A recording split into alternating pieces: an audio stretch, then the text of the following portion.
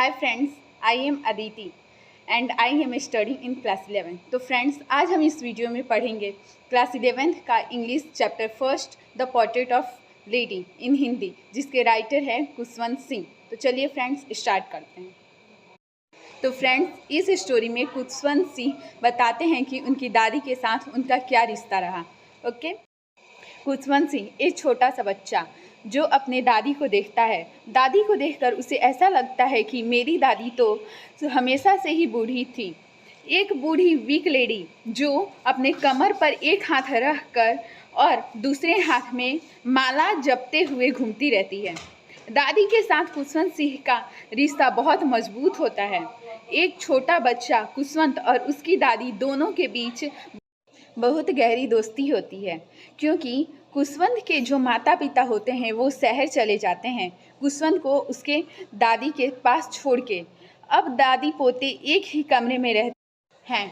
वह दादी उसका बहुत ख्याल रखती हैं। वो उसे कहानियाँ सुनाती हैं कि कैसे वो अपने बचपन में किस तरह के खेल खेला करती थी, क्या क्या किया करती थी। ये सब कुछ कुशवंत अपनी दादी से सीखता। कुशवंत को उठाना, उसे तैयार करना, स्कूल लेके जाना, ये सारा काम कुशवंत की दादी उसके साथ किया करती थी। लोग बताते थे कि दादी भी बहुत खूबसूरत हुआ करती थी। उनके भी पति थे, लेकिन कुशवंत को अपनी दादी को देखकर कभी नहीं लगता था कि वो भी जवान हुआ करती थी। ना उनके भी कभी पति होंगे, वो तो बस दादी थी, बूढ़ी दादी।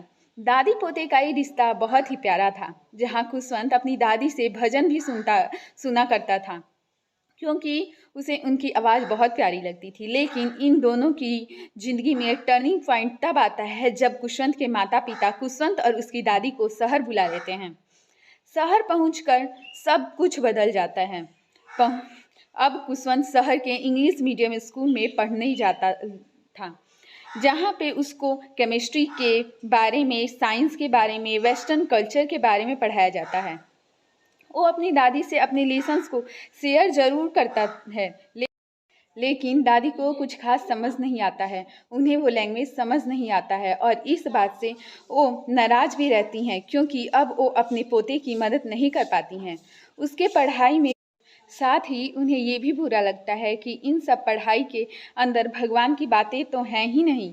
और इस तरह से दादी पोते के रिश्ते में थोड़ा सा फासला आना शुरू हो, और ये फासला तब बहुत ज़्यादा बढ़ जाता है जब कुशवंत यूनिवर्सिटी में कदम रखता है और अब उसे अपने अलग कमरा दे दिया जाता है और दादी उससे अलग हो जाती हैं। अब दादी बिल्कुल अकेली पड़ जाती हैं। वो बस चिड़ियों को खाना खिलाती हैं, माला फेरती हैं और अकेले ही अपना जीवन गुजारना शुरू कर देती हैं। कुछ वक्त बाद कुशवंत अपने पढ़ाई के लिए विदेश जाता है। उसे लगता है कि उसकी दादी बहुत इमोशनल हो रही होंगी, सेंटिमेंटल हो रही होंगी, लेकिन ऐसा नहीं होता है। दादी एकदम शांत रहती हैं। वो कुशवंत के माथे को चूमती हैं और अपने पोते को अलविदा कह देती हैं। 5 साल बाद कुशवंत वापस आता है।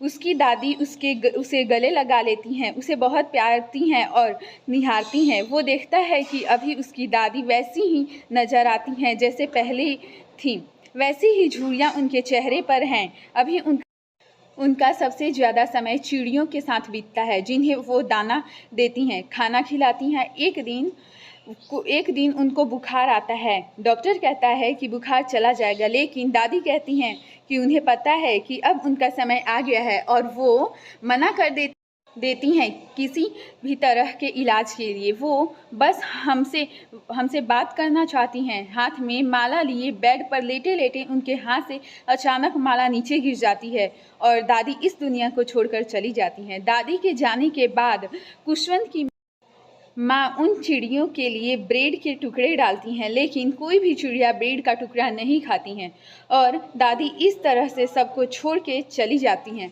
तो friends, this is very interesting story. Thanks for watching.